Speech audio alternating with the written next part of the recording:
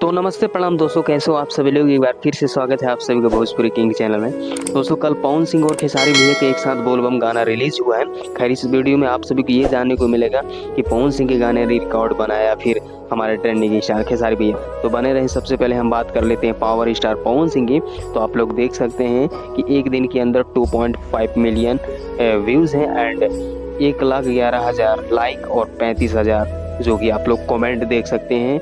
और गाने का टाइटल है सेवा में बानी भोले बाबा। बात करते हैं हमारे ट्रेंडिंग स्टार खेसारी भैया के गाने के। तो आप लोग देख सकते हैं 1.6 मिलियन 58,000 ऐसे कुछ व्यूज हैं और 1,19,000 लाइक है जो कि पवन सिंह से ज़्यादा है और 35,000 कमेंट है जो कि पवन सिंह का भी सेम है और खेसारी भैया का भी सेम है। बहुत ही ज़्यादा बवाल टक्कर चल रहा था भाई।